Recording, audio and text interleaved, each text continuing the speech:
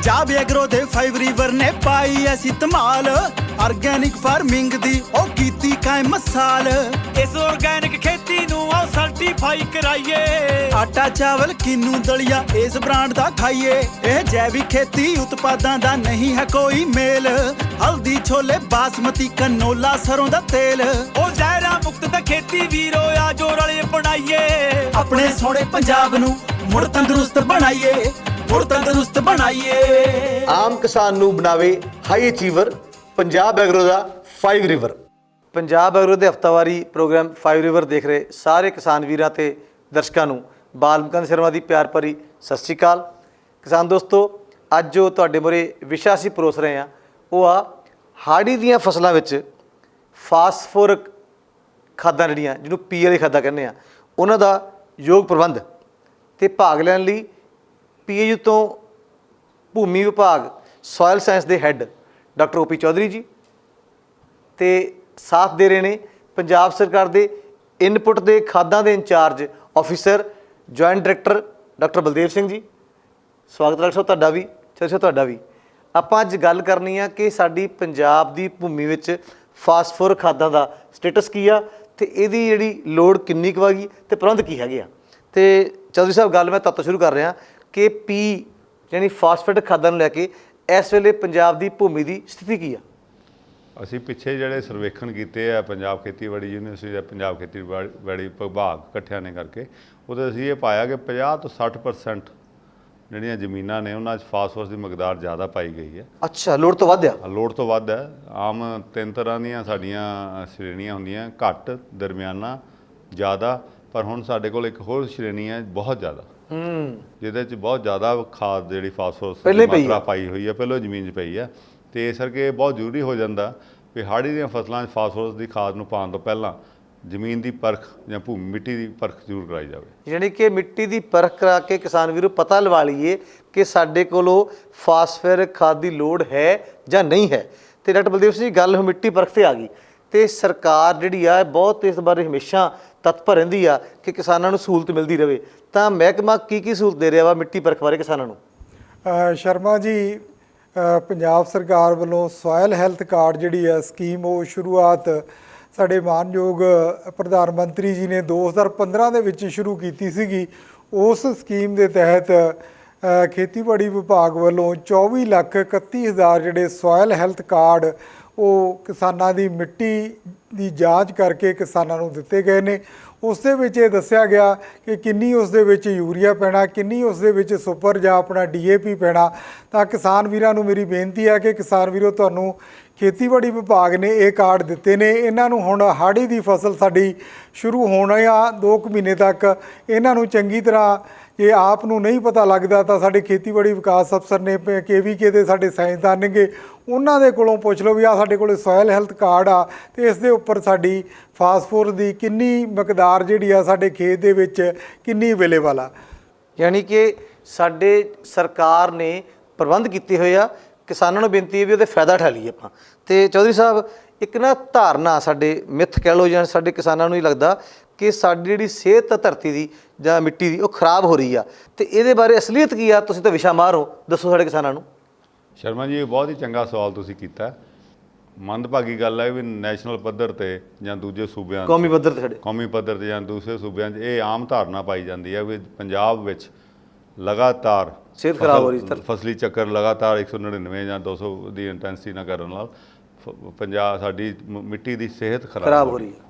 ਪਰ ਇਸ ਵਿੱਚ ਬਿਲਕੁਲ ਵੀ 1% ਵੀ ਸੱਚ ਨਹੀਂ ਹੈ। ਅੱਛਾ, ਹਾਂ, ਇਹ ਸਿਰਫ ਪ੍ਰਚਾਰ ਹੀ ਆ। ਇਹ ਸਿਰਫ ਮਾੜਾ ਪ੍ਰਚਾਰ ਆ ਪੰਜਾਬ ਬਾਰੇ। ਕਿਉਂਕਿ ਮੈਂ ਤੁਹਾਨੂੰ ਦੱਸਣਾ ਚਾਹੁੰਦਾ, ਪਿਛਲੇ 10 ਸਾਲਾਂ 'ਚ ਸਾਡੀ ਜਿਹੜੀ ਸਰਦਾਰ ਬਲਦੇਵ ਸਿੰਘ ਵੀ ਇਸ ਗੱਲ ਨਾਲ ਐਗਰੀ ਕਰਨਗੇ ਕਿ ਸਾਡੀ ਜਿਹੜੀ ਪੈਦਾਵਾਰ ਆ ਉਹ ਲਗਾਤਾਰ ਵੱਧ ਰਹੀ ਹੈ।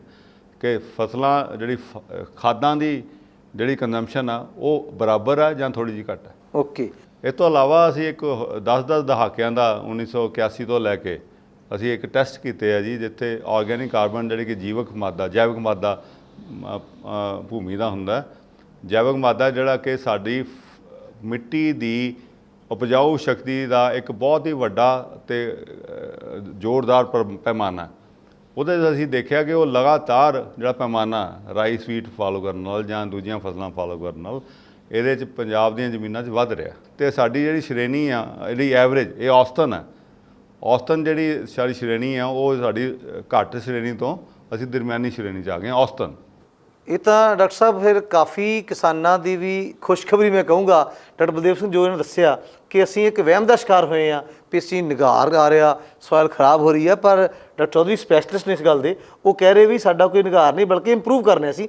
ਤੇ ਤੁਸੀਂ ਦੱਸੋ ਬਲਦੇਵ ਸਿੰਘ ਜੀ, ਤੁਸੀਂ ਖਾਦਾਂ ਦੇ ਪੰਜਾਬ ਦੇ ਇੰਚਾਰਜ ਹੈਗੇ ਆ, ਵੀ ਜਿਹੜੀਆਂ ਫਾਸਫੇਟਿਕ ਖਾਦਾਂ ਵਾ ਉਹਦੇ ਪ੍ਰਬੰਧਨ ਵਾਸਤੇ ਸਰਕਾਰ ਦੇ ਕੀ ਹੈਗੇ ਇੰਤਜ਼ਾਮ?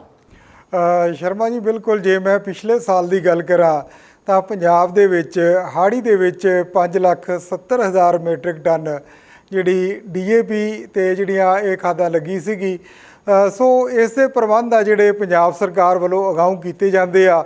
ਸੋ ਹਮੇਸ਼ਾ ਪੰਜਾਬ ਸਰਕਾਰ ਵੱਲੋਂ ਜਿਹੜੀ ਆ ਵੀਡੀਓ ਕਾਨਫਰੰਸਿੰਗ ਰਾਹੀਂ ਜਿਹੜੇ government of India the fertiliser and chemical ministry ਦੇ ਨਾਲ ਲਗਾਤਾਰ ਰਾਬਤਾ ਰਹਿੰਦਾ, ਸੋ ਤਾਂ ਕਿ ਕਿਸਾਨਾਂ ਨੂੰ ਕਿਸੇ ਕਿਸਮ ਦੀ ਕੋਈ ਖਾਦਾਂ ਦੇ ਪ੍ਰਤੀ ਜਿਹੜੀ ਆ ਉਹ ਕਿੱਲਤ ਨਾ ਆਵੇ। ਸੋ ਪੰਜਾਬ ਸਰਕਾਰ ਜਿਹੜੀ ਆ ਲਗਾਤਾਰ ਵਚਨਬੱਧ ਆ ਤੇ ਕਿਸਾਨਾਂ ਲਈ ਖਾਦਾਂ ਜਿਹੜੀਆਂ ਉਹਨਾਂ ਦੇ ਪ੍ਰਬੰਧ ਕਰਨ ਦੇ ਵਿੱਚ। ਸੋ ਇਸ ਸਾਲ ਵੀ ਪੰਜਾਬ ਸਰਕਾਰ ਵੱਲੋਂ ਪੂਰੀ ਤਨਦੇਹੀ ਦੇ ਨਾਲ ਭਾਰਤ ਸਰਕਾਰ ਦੇ ਨਾਲ ਇਹ ਮਸਲਾ ਟੇਕਅਪ ਕੀਤਾ ਜਾ ਰਿਹਾ ਕਿ ਹਾੜੀ ਤੋਂ ਪਹਿਲਾਂ ਜਿਹੜੇ ਆ ਸਾਡੇ ਪ੍ਰੀ ਪੋਜੀਸ਼ਨਿੰਗ ਆ ਜਿਹੜੀ DAP ਦੀ ਉਹ ਕੀਤੀ ਜਾਊਗੀ ਤੇ ਕੋਈ ਵੀ ਕਿਸੇ ਕਿਸਮ ਦੀ ਖਾਦ ਦੀ ਘਾਟ ਪੰਜਾਬ ਸਰਕਾਰ ਵੱਲੋਂ ਨਹੀਂ ਆਉਣ ਦਿੱਤੀ ਜਾਊਗੀ। ਤੇ ਮੈਂ ਜਦੋਂ ਸਰ ਅਖੀਰ ਤੁਹਾਡੇ ਕੋਲ ਆ ਰਿਹਾ ਕਿ ਜਿਹੜੀਆਂ ਜੈਵਿਕ ਖਾਦਾਂ ਵਾ ਉਹਨਾਂ ਦੀ ਕੀ ਭੂਮਿਕਾ ਹੈਗੀ ਆ, ਖਾਸ ਤੌਰ ਤੇ ਜਿਹੜੀਆਂ ਫਾਸਫੇਟ ਖਾਦਾਂ ਵਾ ਇਹਦੀ ਵਰਤੋਂ ਘਟਾਉਣ 'ਚ? ਸ਼ਰਮਾ ਜੀ, ਮੈਂ ਤੁਹਾਨੂੰ ਇੱਥੇ ਦੱਸਣਾ ਚਾਹੁੰਦਾ ਕਿ ਜੈਵਿਕ ਖਾਦਾਂ ਜਿਹੜੀਆਂ ਨੇ ਆਪਣੇ ਖੁਰਾਕੀ ਤੱਤ ਜਾਂ ਜ਼ਰੂਰੀ ਤੱਤਾਂ ਦਾ ਸਰੋਤ ਨੇ। ਤੇ ਜੇ ਫਾਸਫੋਰਸ ਦੀ ਪਰਟੀਕੂਲਰਲੀ ਅਸੀਂ ਖਾਸ ਤੌਰ 'ਤੇ ਫਾਸਫੋਰਸ ਦੀ ਗੱਲ ਕਰੀਏ ਤੇ ਜੈਵਿਕ ਖਾਦਾਂ ਪਾਉਣ ਨਾਲ ਜਿਵੇਂ ਰੂੜੀ, ਪ੍ਰੈਸ ਮੱਡ, ਗੋਬਰ ਗੈਸ ਸਲਰੀ, ਮੁਰਗੀਆਂ ਦੀ ਖਾਦ, ਝੋਨੇ ਦੀ ਫੱਕ ਦੀ ਸਵਾਹ ਜਾਂ ਗੰਨੇ ਦੀ ਗੁੱਦੀ ਦੀ ਸਵਾਹ ਜਾਂ ਹੋਰ ਇੱਦਾਂ ਦੇ ਕੰਪੋਸਟ, ਜਿਹੜੀ ਕੰਪੋਸਟ ਬਣਦੀ ਹੈ, ਇਹਨਾਂ ਸਾਰਿਆਂ ਨਾਲ ਵੱਖਰੇ ਵੱਖਰੇ ਰੇਟ ਨੇ। ਜਿੱਦਾਂ ਰੂੜੀ ਹੈ ਤੇ ਪ੍ਰੈਸ ਮੱਡ 6 ਟਨ ਪ੍ਰਤੀ ਏਕੜ, ਜਿਵੇਂ ਤੁਹਾਡਾ ਕੰਪੋਸਟ ਹੈ, ਗੋਬਰ ਗੈਸ ਪਲਾਂਟ ਹੈ, ਗੋਬਰ ਗੈਸ ਤੇ ਸਲਰੀ ਹੈ, ਤੇ ਮੁਰਗੀਆਂ ਦੀ ਖਾਦ ਹੈ 2.5 ਟਨ ਪ੍ਰਤੀ ਏਕੜ, ਜਾਂ ਜਿਹੜੀਆਂ ਮੈਂ ਸਵਾਵਾਂ ਦੀ ਗੱਲ ਕੀਤੀ ਹੈ, ਝੋਨੇ ਦੀ ਫੱਕ ਦੀ ਸਵਾਹ ਅਤੇ ਗੰਨੇ ਦੀ ਗੁੱਦੀ ਦੀ ਸਵਾਹ 4 ਟਨ ਪ੍ਰਤੀ ਏਕੜ ਦੇ ਹਿਸਾਬ ਨਾਲ ਜੇ ਪਾਏ ਜਾਵੇ ਤਾਂ ਫਾਸਫੋਰਸ ਨੂੰ, ਕਣਕ ਨੂੰ ਫਾਸਫੋਰਸ ਪਾਉਣ ਵਾਲੀ ਮਕਦਾਰ ਨੂੰ ਅੱਧਾ ਕੀਤਾ ਜਾ ਸਕਦਾ, ਯਾਨੀ ਕਿ 50% ਅਸੀਂ ਖਾਦ ਬਚਾ ਸਕਦੇ ਹਾਂ। ਇਸ ਤੋਂ ਇਲਾਵਾ ਜਿਹੜੀ ਅਸੀਂ ਅੱਜ ਕੱਲ੍ਹ ਕਹਿੰਦੇ ਹਾਂ ਵੀ ਝੋਨੇ 'ਚ ਰਹਿੰਦ ਖੂੰਹਦ ਜਿਹੜੀ ਆ ਜ਼ਮੀਨ ਦੇ ਵਿੱਚ ਹੀ ਮਿਲਾਓ ਜਾਂ ਜ਼ਮੀਨ ਦੇ ਵਿੱਚ ਹੀ ਵਾਹੋ, ਉਹਦੇ ਨਾਲ ਵੀ 25 ਤੋਂ 50% ਖਾਦ, ਫਾਸਫੋਰਸ ਖਾਦ ਦੀ ਬਚਤ ਹੋ ਸਕਦੀ ਹੈ ਜੇ ਤੁਸੀਂ ਜ਼ਮੀਨ ਦੀ ਰਹਿੰਦ ਖੂੰਹਦ 3 ਸਾਲ ਤੋਂ ਲਗਾਤਾਰ 3 ਸਾਲ ਜਾਂ 3 ਸਾਲ ਤੋਂ ਵੱਧ ਲਗਾਤਾਰ ਉਹਦੇ ਜ਼ਮੀਨ ਦੀ ਰਹਿੰਦ ਖੂੰਹਦ ਜ਼ਮੀਨ 'ਚ ਹੀ ਸੰਭਾਲ ਰਹੇ ਹੋ ਤਾਂ। ਸੋ ਦੋਸਤੋ, ਇਹ ਗੱਲਾਂ ਬਹੁਤ ਅਹਿਮ ਨੇ। ਕਈ ਵਾਰੀ ਆਪਾਂ ਕਿਸੇ ਚੀਜ਼ ਨੂੰ ਵੇਸਟ ਸਮਝਦੇ ਹਾਂ। ਡਾਕਟਰ ਚੌਧਰੀ ਨੇ ਦੱਸਿਆ ਵੀ ਉਹ ਗੱਲਾਂ ਵੇਸਟ ਨਹੀਂ, ਬਲਕਿ ਜੇ ਅਸੀਂ ਦੁਬਾਰਾ ਨੂੰ ਵਾਹ ਲੈਂਦੇ ਖੇਤ ਵਿੱਚ ਤਾਂ ਸਾਡੇ ਉਹ ਪੀ ਖਾਦਾਂ ਦੀ ਜਿਹੜੀ ਆ ਕੰਜ਼ੰਪਸ਼ਨ ਵੀ ਘਟਦੀ ਆ ਤੇ ਫਾਇਦੇ ਵੀ ਹੁੰਦੇ ਆ। ਅਖੀਰ 'ਚ ਮੈਂ ਡਾਕਟਰ ਬਲਦੇਵ ਸਿੰਘ ਤੁਹਾਨੂੰ ਬੇਨਤੀ ਕਰੂੰਗਾ ਵੀ ਜਿਹੜਾ ਵਿਸ਼ਾ ਆਪਾਂ ਚੁਣਿਆ, ਆਪਾਂ ਕਿਸਾਨਾਂ ਨੂੰ ਜਾਗਰੂਕ ਕਰ ਰਹੇ ਹਾਂ ਕਿ ਬੇਲੋੜੀਆਂ ਅਸੀਂ ਫਾਸਫੇਟ ਖਾਦਾਂ ਦੀ ਵਰਤੋਂ ਨਾ ਕਰੀਏ। ਕੀ ਮਹਿਕਮਾ ਇਹਦੇ ਬਾਰੇ ਕੋਈ ਮੁਹਿੰਮ ਚਲਾਉਣ ਦੀ ਤਿਆਰੀ ਵੀ ਕਰ ਰਿਹਾ? ਬਿਲਕੁਲ ਸ਼ਰਮਾ ਜੀ, ਸਾਡੇ ਕਿਸਾਨ ਸਿਖਲਾਈ ਕੈਂਪਾਂ ਦੇ ਵਿੱਚ ਇਹੀ ਵਿਸ਼ਾ ਰਹਿਣਾ ਕਿ ਅਸੀਂ DAP ਜਾਂ ਫਾਸਫੇਟਿਕ ਖਾਦਾਂ ਦੀ ਕਿਸ ਤਰ੍ਹਾਂ ਵਰਤੋਂ ਜਿਹੜੀ ਆ ਉਸ ਦੀ ਸੁਚੱਜੀ ਵਰਤੋਂ ਕਰ ਸਕਦੇ ਆ।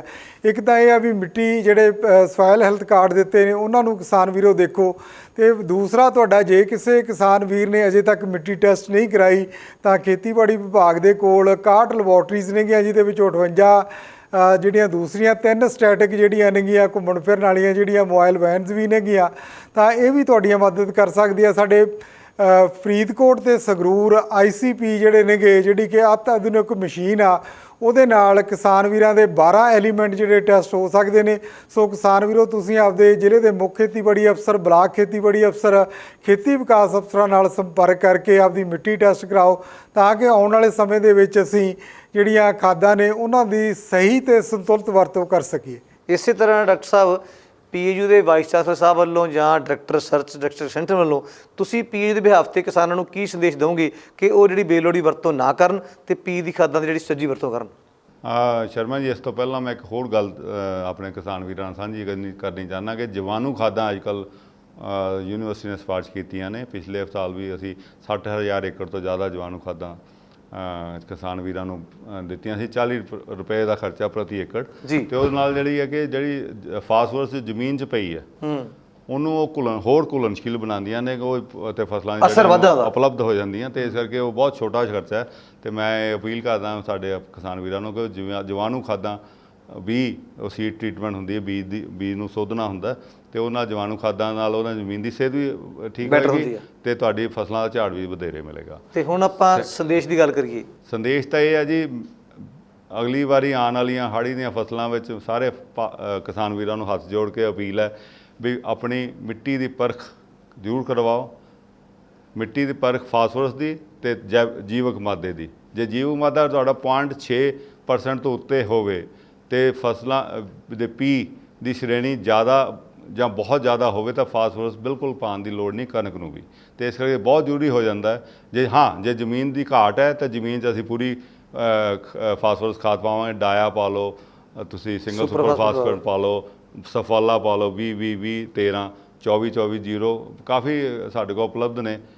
ਤੇ ਉਹ ਤੋਂ ਇਲਾਵਾ ਜੇ ਤੁਸੀਂ ਤੁਪਕਾ ਸਿੰਚਾਈ 'ਚ ਜਾ ਰਹੇ ਹੋ ਤੇ ਉਹ ਗੱਲ ਮੈਂ ਕਹਿਣੀ ਭੁੱਲ ਗਿਆ, ਜਿਹੜਾ ਤੁਪਕਾ ਸਿੰਚਾਈ ਜਾ ਰਹੇ ਹੋ ਤਾਂ ਸਾਡੇ ਕੋਲ ਮੋਨੋਅਮੋਨੀਅਮ ਫਾਸਫੇਟ, ਯੂਰੀਆ ਫਾਸਫੇਟ ਵਰਗੀਆਂ ਖਾਦਾਂ ਨੇ ਜਿਹੜੀਆਂ ਘੁਲਣਸ਼ੀਲ ਨੇ ਤੇ ਫਰਟੀਗੇਸ਼ਨ 'ਚ ਯੂਜ਼ ਹੁੰਦੀਆਂ। ਤੁਸੀਂ ਉਹ ਆਪਣੀਆਂ ਖਾਦਾਂ ਯੂਜ਼ ਕਰ ਸਕਦੇ। ਫਾਸਫੋਰਸ ਦੀ ਯੋਗ ਵਰਤੋਂ ਜਿਹੜੀ ਆ ਜ਼ਮੀਨ 'ਚ ਕਰੀਏ, ਫਾਲਤੂ ਫਾਸਫੋਰਸ ਜਾਂ ਜ਼ਿਆਦਾ ਫਾਸਫੋਰਸ ਨਾ ਪਾਈਏ। ਕਿਸਾਨ ਦੋਸਤੋ, ਸਾਡੀਆਂ ਗੱਲਾਂ ਤਾਂ ਹੋਰ ਵੀ ਆ, ਪਰ ਸਮਾਂ ਸਾਡਾ ਇਜਾਜ਼ਤ ਨਹੀਂ ਦੇ ਰਿਹਾ ਕਿ ਚਰਚਾ ਹੋਰ ਅੱਗੇ ਵਧਾਈਏ।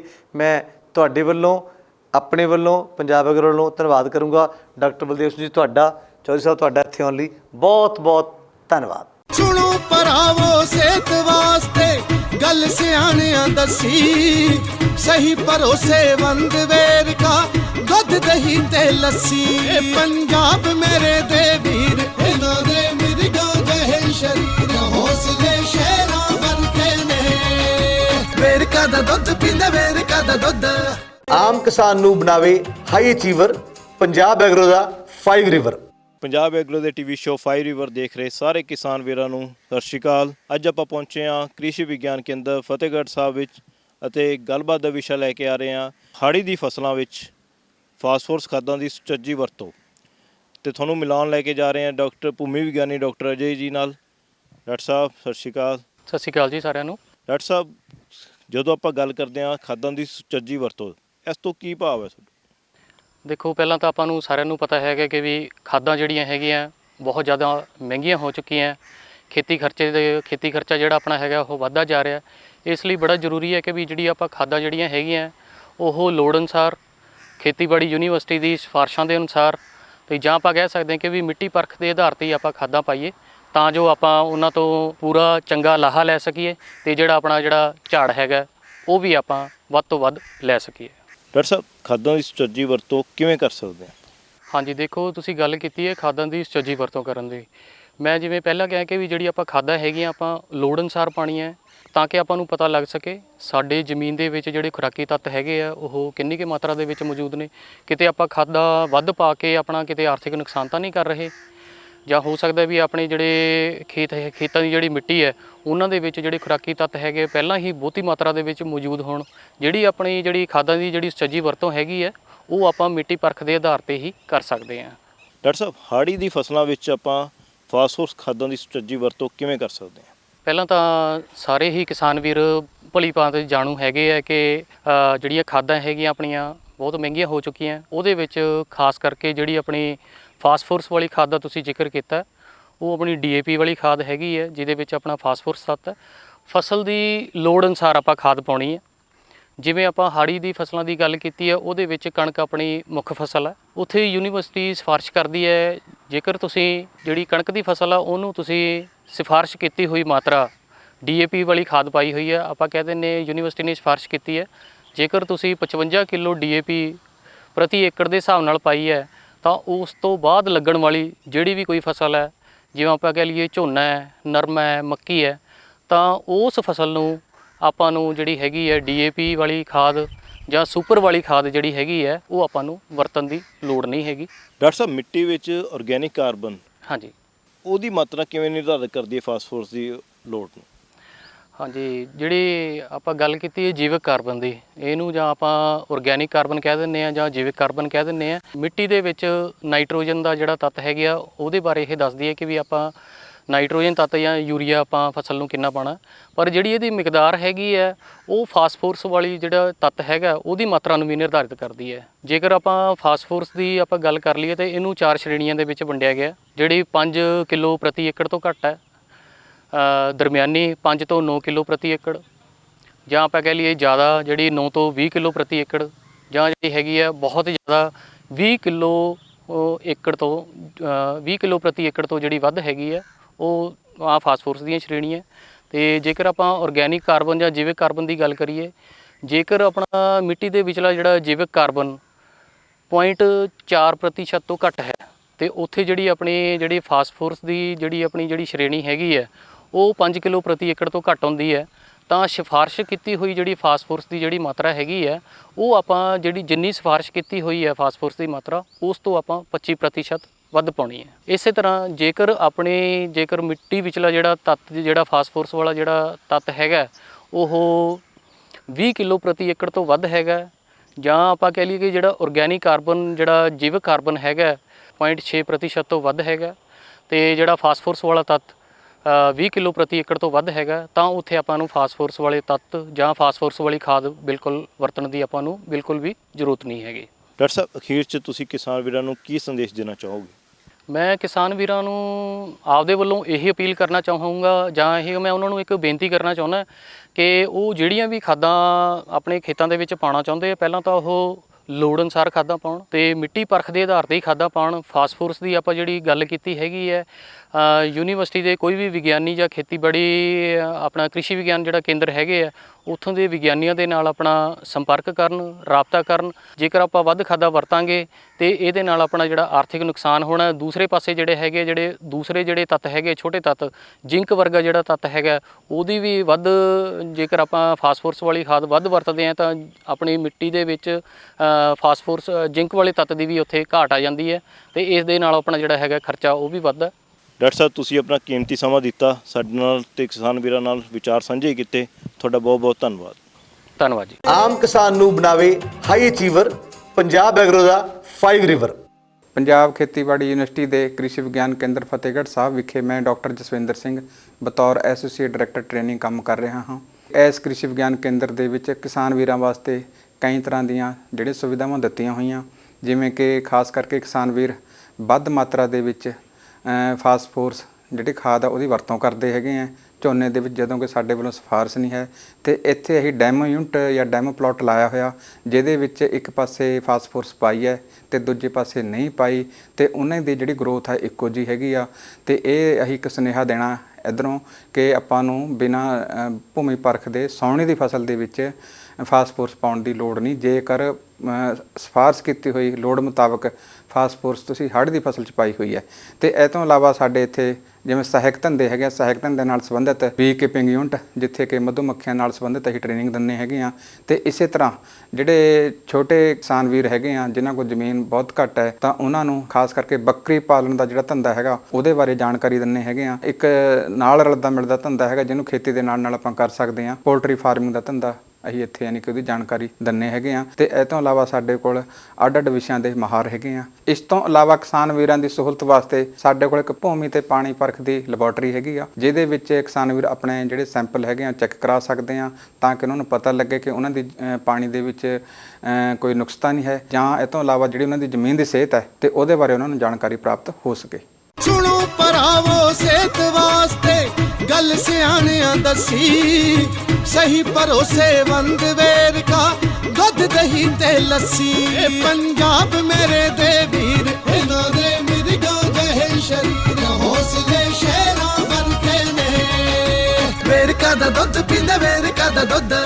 ਆਮ ਕਿਸਾਨ ਨੂੰ ਬਣਾਵੇ ਹਾਈ ਅਚੀਵਰ, ਪੰਜਾਬ ਐਗਰੋ ਦਾ 5 ਰਿਵਰ।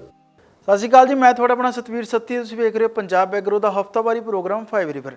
ਤੇ ਹੁਣ ਪੇਸ਼ ਨੇ ਡਾਕਟਰ ਰਣਜੀਤ ਸਿੰਘ ਤਾਂਬੜ, ਸਾਬਕਾ ਮੁਖੀ ਪਸਾਰ ਸਿੱਖਿਆ ਵਿਭਾਗ PAU ਵੱਲੋਂ ਲਿਖੀਆਂ ਗਈਆਂ ਖੇਤੀ ਗਤੀਵਿਧੀਆਂ।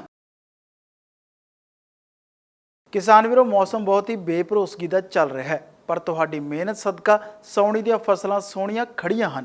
ਜੇਕਰ ਭਾਰੀ ਬਾਰਿਸ਼ ਹੋ ਜਾਵੇ ਤਾਂ ਝੋਨੇ ਤੋਂ ਬਗੈਰ ਹੋਰ ਕਿਸੇ ਫਸਲ ਵਿੱਚ ਪਾਣੀ ਖੜਾ ਨਾ ਹੋਣ ਦਿੱਤਾ ਜਾਵੇ। ਜੇਕਰ ਬਾਰਿਸ਼ ਨਹੀਂ ਹੁੰਦੀ ਤਾਂ ਫਸਲਾਂ ਨੂੰ ਪਾਣੀ ਦੇਵੋ। ਖੇਤਾਂ ਵਿੱਚ ਗੇੜਾ ਜ਼ਰੂਰ ਮਾਰੋ, ਫਸਲਾਂ ਵਿੱਚ ਨਦੀਨ ਨਾ ਹੋਣ ਦਿੱਤੇ ਜਾਣ। ਜੇਕਰ ਕਿਸੇ ਬਿਮਾਰੀ ਜਾਂ ਕੀੜੇ ਦਾ ਹਮਲਾ ਨਜ਼ਰ ਆਵੇ ਤਾਂ ਤੁਰੰਤ ਆਪਣੇ ਨੇੜਲੇ ਖੇਤੀਬਾੜੀ ਮਾਹਿਰ ਨਾਲ ਸੰਪਰਕ ਕਰੋ। ਉਸੇ ਦੀ ਸਲਾਹ ਅਨੁਸਾਰ ਹੀ ਰਸਾਇਣ ਦੀ ਵਰਤੋਂ ਕੀਤੀ ਜਾਵੇ। ਸਾਉਣੀ ਦੀਆਂ ਫਸਲਾਂ ਨੂੰ ਨਾਈਟ੍ਰੋਜਨ ਵਾਲੀ ਖਾਦ ਜਾਂ ਯੂਰੀਆ ਲੋੜ ਤੋਂ ਵੱਧ ਨਾ ਪਾਇਆ ਜਾਵੇ।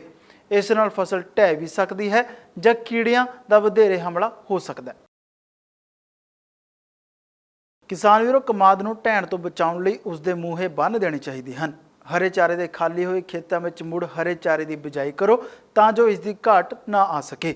ਹੁਣ ਮੱਕੀ, ਬਾਜਰਾ ਜਾਂ ਗਵਾਰਾ ਬੀਜਿਆ ਜਾ ਸਕਦਾ ਹੈ। ਮੱਕੀ ਦੀ ਜੇ 1006 ਕਿਸਮ ਬੀਜੀ ਜਾਵੇ।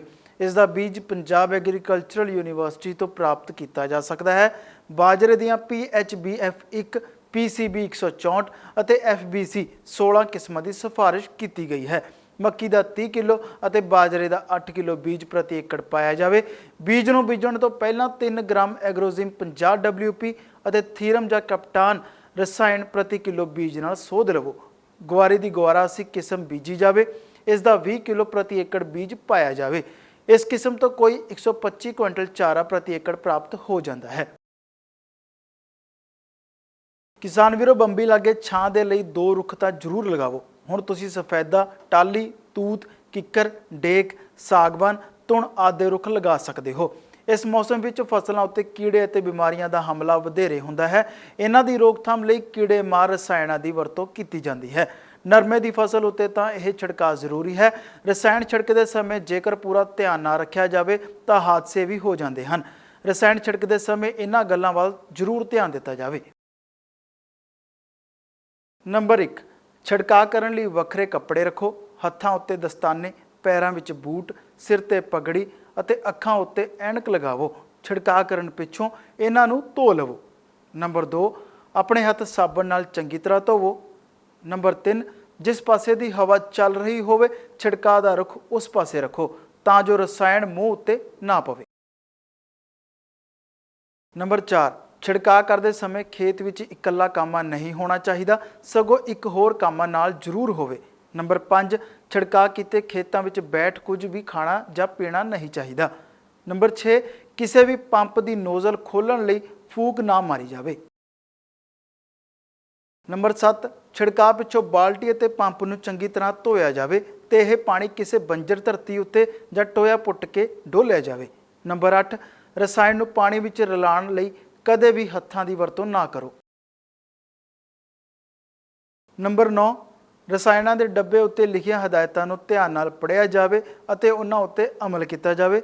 ਅਤੇ ਨੰਬਰ 10, ਰਸਾਇਣਾਂ ਦੇ ਡੱਬਿਆਂ ਨੂੰ ਕਿਸੇ ਵੀ ਹੋਰ ਕੰਮ ਲਈ ਨਾ ਵਰਤਿਆ ਜਾਵੇ, ਸਗੋਂ ਟੋਇਆ ਪੁੱਟ ਕੇ ਦੱਬ ਦਿੱਤਾ ਜਾਵੇ। ਸੋ ਕਿਸਾਨ ਵੀਰੋ, ਉਮੀਦ ਹੈ ਕਿ ਤੁਸੀਂ ਸਾਰਿਆਂ ਨੇ ਇਹ ਹਦਾਇਤਾਂ ਨੋਟ ਕਰ ਲਈਆਂ ਹੋਣਗੀਆਂ। ਸੋ ਇਹ ਸੀ ਇਸ ਹਫਤੇ ਦੀਆਂ ਖੇਤੀ ਗਤੀਵਿਧੀਆਂ। ਮਿਲਾਂਗੇ ਪੰਜਾਬ ਐਗਰੋ ਦੇ ਹਫਤਾਵਾਰੀ ਪ੍ਰੋਗਰਾਮ 5 ਰਿਵਰ ਦੇ ਵਿੱਚ ਅਗਲੇ ਹਫਤੇ ਕੁਝ ਹੋਰ ਜਾਣਕਾਰੀਆਂ ਦੇ ਨਾਲ ਤੇ ਇੱਕ ਵਿਸ਼ੇਸ਼ ਸੂਚਨਾ ਹੋਰ। ਜਿਨ੍ਹਾਂ ਕਿਸਾਨ ਵੀਰਾਂ ਨੇ ਅਜੇ ਤੱਕ Punjab agros 5 river YouTube channel subscribe ਨਹੀਂ ਕੀਤਾ, ਉਹ ਸਬਸਕ੍ਰਾਈਬ ਕਰ ਲੈਣ ਤਾਂ ਕਿ ਉਹਨਾਂ ਨੂੰ ਹੋਰ ਵਧੇਰੇ ਜਾਣਕਾਰੀਆਂ ਮਿਲਦੀਆਂ ਰਹਿਣ। ਧੰਨਵਾਦ। ਆਮ ਕਿਸਾਨ ਨੂੰ ਬਣਾਵੇ ਹਾਈ ਅਚੀਵਰ, ਪੰਜਾਬ ਐਗਰੋ ਦਾ 5 ਰਿਵਰ। ਦੇਸ਼ਾਂ ਵਿਦੇਸ਼ਾਂ ਵਾਦੇ ਪੰਜਾਬੀ ਨੂੰ ਤੁਹਾਡੇ ਆਪਣੇ ਬਾਲ ਮੁਕੰਦ ਸ਼ਰਮਾ ਦੀ ਪਿਆਰ ਭਰੀ ਸਤਿ ਸ਼੍ਰੀ ਅਕਾਲ, ਆਦਾਬ ਤੇ ਨਮਸਕਾਰ। ਦੋਸਤੋ, ਪੰਜਾਬ ਐਗਰੋ ਦਾ ਹਫਤਾਵਾਰੀ ਪ੍ਰੋਗਰਾਮ 5 ਰਿਵਰਸ ਵੇਖਣਾ ਨਹੀਂ ਭੁੱਲਣਾ ਹਰ ਸ਼ਨੀਵਾਰ ਸ਼ਾਮ 5:30 ਵਜੇ DD ਪੰਜਾਬੀ ਤੋਂ, ਤੇ ਸਬਸਕ੍ਰਾਈਬ ਕਰੋ ਸਾਡਾ YouTube ਚੈਨਲ 5 ਰਿਵਰਸ। ਉਹ ਜ਼ਹਿਰਾਂ ਮੁਕਤ ਤਾਂ ਖੇਤੀ ਵੀਰੋ ਆ ਜੋ ਰਲੇ ਬਣਾਈਏ, ਆਪਣੇ ਸੋਹਣੇ ਪੰਜਾਬ ਨੂੰ ਮੁੜ ਤੰਦਰੁਸਤ ਬਣਾਈਏ, ਮੁੜ ਤੰਦਰੁਸਤ ਬਣਾਈਏ। ਆਮ ਕਿਸਾਨ ਨੂੰ ਬਣਾਵੇ ਹਾਈ ਅਚੀਵਰ, ਪੰਜਾਬ ਐਗਰੋ ਦਾ 5 ਰਿਵਰ।